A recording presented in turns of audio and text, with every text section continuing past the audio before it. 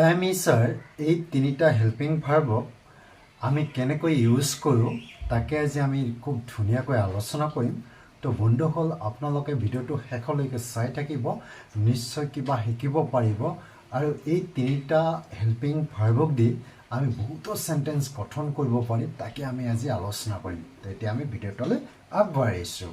তো বন্ধুসকল ইয়াতে লক্ষ্য কৰক যে এম ইজ স্যাৰ এই তিনিটাক আমি প্ৰেজেণ্ট কণ্টিনিউয়াছ টেন্সত ইউজ কৰোঁ যে বৰ্তমানত কিবা এটা কাম চলি আছে, যদি বৰ্তমানত কোনো এটা কাম চলি আছে বুজাবলৈ আমি এম ইজ আৰ এই তিনিটাক ইউজ কৰোঁ।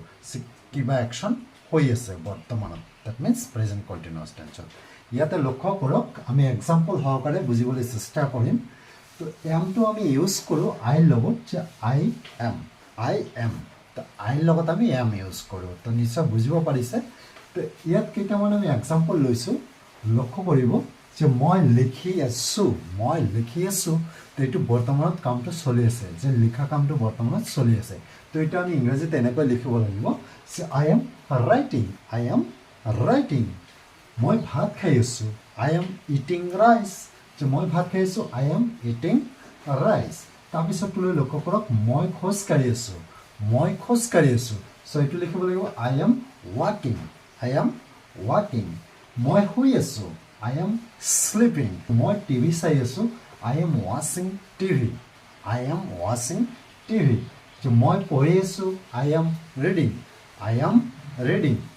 মই খেলি আছোঁ, আই এম প্লেয়িং। মই দৌৰি আছোঁ, আই এম ৰানিং। মই দৌৰি আছোঁ, আই এম ৰানিং। তো বন্ধুসকল ইয়াতে লক্ষ্য কৰিব এটা বস্তু, যে প্ৰথমতে আমি ছাবজেক্ট দিছোঁ ইয়াতে আই, প্ৰতিটোতে লক্ষ্য কৰিব ছাবজেক্টটো আই আমি ইউজ কৰিছোঁ। তাৰপিছত আমি এই তিনিটা হেল্পিং ভাৰ্ব যে এম ইজ আৰ, এই তিনিটাৰ আমি এমটো ইউজ কৰিছোঁ যিহেতু আমি ছাবজেক্টটো আই লিখিছোঁ। আৰু ইয়াতে মই দেখুৱাই দিছোঁ যে এমটো আইৰ লগত ইউজ কৰিব লাগে। তাৰপিছত ইয়াতে চাওক ভাৰ্বৰ লগত আই এন জি যোগ কৰিছোঁ, যে ৰাইট হ'লে ৰাইটিং, ইটিং, ৱাকিং, শ্লিপিং, ৱাচিং, ৰিডিং, প্লেয়িং, ৰানিং। যে আমি ভাৰ্বৰ লগত আই এন জি যোগ কৰি আহিছোঁ। যে এই ধৰণে আমি বাক্যটো গঠন কৰিলে বৰ্তমানত কামটো চলি থকা বুজায়। আৰু আপোনালোকে এই ধৰণে বহুতো চেণ্টেন্স গঠন কৰিব পাৰে যদি এই ফৰ্মুলাখিনি ইউজ কৰে, যে আমি কেনেকৈ ইউজ কৰিব লাগে। ছাপ'জ ধৰি লওক যে I am playing cricket, I am reading a book, I am ৱাচিং টিভি, আই এম শ্লিপিং। এই ধৰণৰ বহুতো বাক্য আমি বহুতো বাক্য গঠন কৰিব পাৰিম। এতিয়া আমি ইজটো ইউজ কৰিম। ইউজটো ইউজ কৰিব লাগিব ছাবজেক্টটো হি, শ্বি, ইট বা যিকোনো ছিংগুলাৰ নেম হ'লে আমি ইউজ কৰিম। ধৰক he is, Shi is, it is, তো যিকোনো নাম হ'লেও আমি ইজ ইউজ কৰিম। তো ইয়াতে লক্ষ্য কৰক যে তেওঁ লিখি আছে। এই বাক্যটো যেতিয়া আমি ইংৰাজীত ট্ৰেন্সফাৰ কৰিম, ডেট মিনছ এই কামটো বৰ্তমানত হৈ আছে, যে বৰ্তমানত কোনো কাম চলি আছে বুজাবলৈ আমি স্যাৰ এই তিনিটা হেল্পিং ভাৰ্ব ইউজ কৰোঁ। যে তেওঁ লিখি আছে, হি ইজ ৰাইটিং। তাই ভাত খাই আছে, শ্বি ইজ ইটিং। তেওঁ খোজকাঢ়ি আছে, হি ইজ ৱাকিং। তাই শুই আছে, শ্বি ইজ শ্লিপিং। তেওঁ টিভি চাই আছে, হি ইজ ৱাচিং টিভি। বা এনেকৈ আমি ক'ব পাৰোঁ যে হি ইজ ৱাচিং মুভি।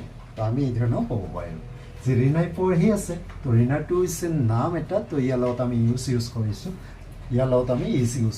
যে Reena is reading, Reena is dancing, Reena is cooking, Reena is singing. এই ধৰণে আমি বহুতো চেণ্টেন্স গঠন কৰিব পাৰিম। তেওঁ খেলি আছে, হি ইজ প্লেয়িং। তেওঁ লিখি আছে, হি ইজ ৰাইটিং। তেওঁ পঢ়ি আছে, হি ইজ ৰিডিং। তেওঁ আহি আছে, হি ইজ কামিং। তেওঁ গৈ আছে, হি ইজ গোয়িং। তো এই ধৰণে আমি বহুতো চেণ্টেন্স ক'ব পাৰিম। যে তেওঁ দৌৰি আছে, হি ইজ ৰানিং। তেওঁ খেলি আছে, হি ইজ প্লেয়িং। তো অনুকূল ইয়াতে লক্ষ্য কৰিব যে ছাবজেক্টটো আমি ইয়াত হি, শ্বি বা যিকোনো নাম ইউজ কৰিছোঁ, আৰু ছাবজেক্টৰ পিছত আমি ইজ হেল্পিং ভাৰ্বটো ইউজ কৰি ভাৰ্বলত আই এন জি আমি যোগ কৰি দিলে বাক্যটো প্ৰেজেণ্ট কণ্টিনিউয়াছ টেন্সত ইজিলি গঠন কৰিব পাৰি। এই ধৰণে আপোনালোকে বহুতো চেণ্টেন্স গঠন কৰিব পাৰিব।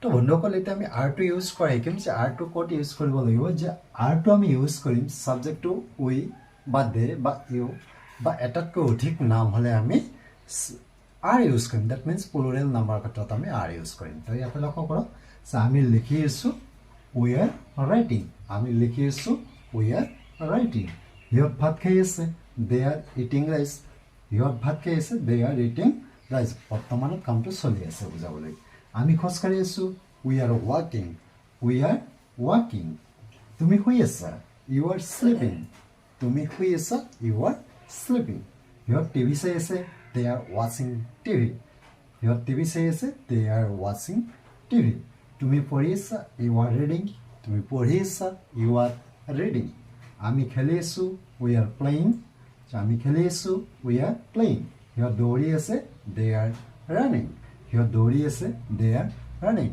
ইহঁতে খেলি আছে they are playing ইহঁতে নাচি আছে they are dancing ইহঁতে গান গাই আছে they are singing ইহঁতে আহি আছে they are coming তো এই ধৰণে আমি বহুতো সেন্টেন্স গঠন কৰিব পাৰোঁ অতি সহজতে জাস্ট আপোনালোকে এইটো মনত ৰাখিব যে সাবজেক্টৰ পিছত আমি যিকোনো এটা সাবজেক্ট অনুযায়ী লিখি ভাৰ্বত আইএনজি যোগ কৰি দিলে আমাৰ সেন্টেন্সটো বৰ্তমানত কামটো চলি আছে বুজাবলৈ আমি গঠন কৰিব পাৰোঁ তো নিশ্চয় বুজিব পাৰিছে তো বন্ধুসকলে এই ধৰণে আপোনালোকে বহুতো সেন্টেন্স গঠন কৰিবলৈ চেষ্টা কৰিব আৰু অতি সহজতে গঠন কৰিব পাৰিব তো বন্ধুসকলে আজিলৈ ভিডিঅ'টো ইয়াতে সামৰিছোঁ যদি ভিডিঅ'টো চাই কিবা এটা শিকিব পাৰিলে লাইক এটা কৰি দিয়ক আৰু যিমান পাৰে ভিডিঅ'টো শ্বেয়াৰ কৰি দিয়ক আৰু যিসকলে ছাবস্ক্ৰাইব কৰা নাই এনেধৰণৰ ভিডিঅ'বিলাক পাবলৈ এতিয়াই চেনেলটো ছাবস্ক্ৰাইব কৰি লওক